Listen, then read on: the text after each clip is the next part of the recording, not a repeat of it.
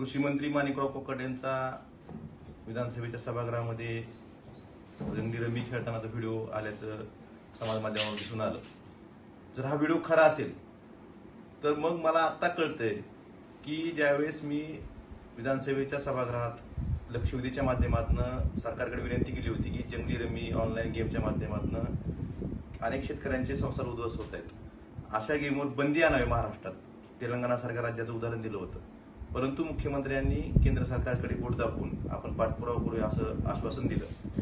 लाखो संसार उद्ध्वस्त होत असताना जंगली रमीवर बंदी आणण्याचं धाडस मुख्यमंत्र्यांनी दाखवलं नाही।